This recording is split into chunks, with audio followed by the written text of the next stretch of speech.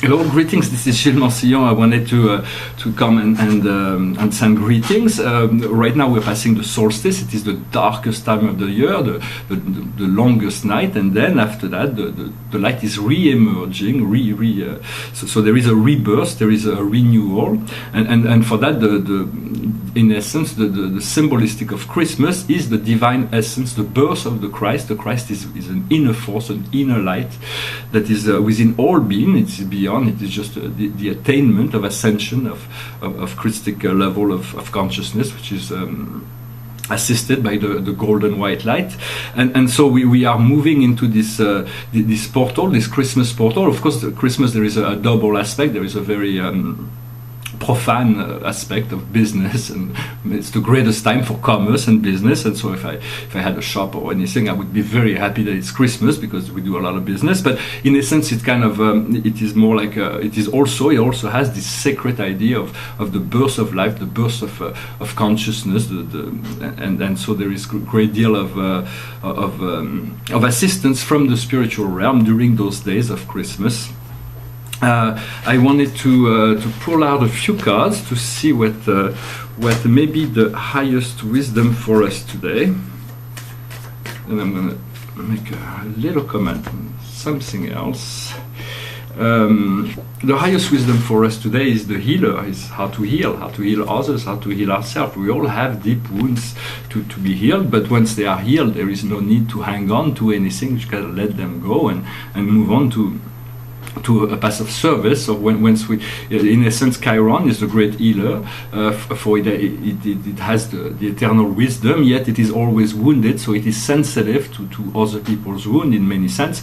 But as Chiron moves from Pisces into Aries in the next couple of years, all those wounds will have been healed and will move into a much faster consciousness. We'll use Chiron in a very different way. For now, what we need to understand is achievement. How do we achieve what we need to achieve? It is mostly by surrendering, by accepting the fact that it is done, and so it is. And once we accept something as done, then it is. And then we just got to be constant and hold fast to whatever decision we have made. What we need to do is partnership. Is the partnership with God. Is the association with the one source. And from this, within that connection of that benevolent forces of the universe, first we start with the Creator. You always call on the Creator first, but then you can call on all kinds of invisible help. Your guides are here. They're always present. They're always very close, and so they're always here to help. And so this partnership is a partnership with the divine. When you invoke your guide and you call on the angels and archangels, you are calling on some higher aspect of your consciousness, for it is all an extension of ourselves. For we are the one, we are the source of all things within our life. We were created this way also, which is a great mystery. And the general message, the same thing as the same card as we had in French, is the higher self. It is how to invoke, to allow, to communicate, to connect with those higher part of ourselves. In truth, we are all divine beings. The higher self is magnificent being that is completely quite yet beyond our understanding. Yet we have to trust and allow this force to become more present within ourselves. Which leads me to the final final subject I wanted to talk about is the Oracle of Delphe. And offer maybe an interpretation of the third aspect. Delphe means dolphin. It is a place in Greece where Zeus was saved by his mother and grandmother, and was hidden away from Kronos, his father, so he could become a man. And then when he was strong enough, he took control over the Olymp. It's an old story, but this Oracle of Delphe was rendered through a PT, was called a PT, which is a trans-dimensional, trans-channel that used to give the message. At first, all the original oracles were the oracles of Gaia, the Mother Earth. Then it became the Oracle of Zeus, and then eventually it became the Oracle of Apollo. But all those are only one wisdom. Understand that Mother Gaia Sophia, Gaia Nova, whichever way you call it, is a great divine consciousness, and she's the one who controls the whole parameter. Everybody follows Gaia, the spiritual hierarchies, the angels, she's the one who decides. So it is very important to connect, and you can send your energy down to the earth to connect to the heart of Gaia. And so this and for many centuries, people used to go there to receive an oracle in relationship to what would their future be. For those beings that live in the highest plane, in the higher plane, have a great deal of wisdom to share in relationship to their understanding of the future.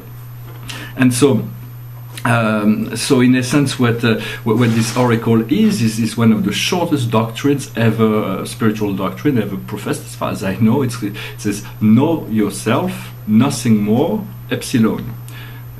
So in a sense, this has been debated for a long time. What does it mean? But in essence, for me, just one possible interpretation. For me, what it means is that our true essence is God, the eternal truth. Immortal consciousness, infinite love, and that is who you need to understand. This is who you need to know. Everything that is beyond that, that's more than that, is the ego. It is something that prevents you from discovering this God self. For those two forces were created dynamic for growth, and the presence of light and the presence of darkness were both given dynamism within the experience in order to further growth and determine choices. So in essence, know yourself, nothing more. It means understand your God self. Everything else is a bit too much. It's hybris. It's something that's excessive and that prevents you from knowing yourself. From once you know yourself, you will know all the gods and the universe.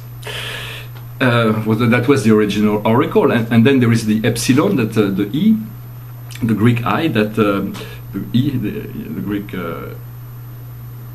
E, no, not I-E, yeah, epsilon, that means many philosophers have discussed the possibility that it's the number 5, there's 5 dimensions, there's 5 fingers, so it is very, 5 is the mastery number, is the number of mastery, and so it also represents, it was said that it could say, well, you are God is in many sense, and there could be question on a higher plane: is the E of epsilon, the epsilon of the oracle of Delphe, the same as the I of the E of Einstein? E equal mc square, for E is everything. So in a sense, there is a connection there. But what came through my mind, I thought that could be interesting to share, is that in a sense, we, as living beings, we produce right now 5 different kind of brainwave. The first one being beta, when we are fully awake and fully connected to the outside world. There is alpha, which is balance, inner peace, that is balance between the inner and outer. There is theta and delta, which goes down into the delta into the 0 point. When we fall asleep, we move into the delta, and then from there we can move into gamma, which is the hyperspace, the hyper consciousness. But what we don't know is there is super gamma above it, and then above that there is a frequency that is called epsilon. So that may be the integrated consciousness of divinity that we will reach once we move beyond the gamma and super gamma. Just an idea, I thought I'd share that with you. If you have any comment or anything you'd like to add, please feel free. I want to wish you a wonderful Christmas holiday, and I will return shortly. I'll talk to you later. Namaste.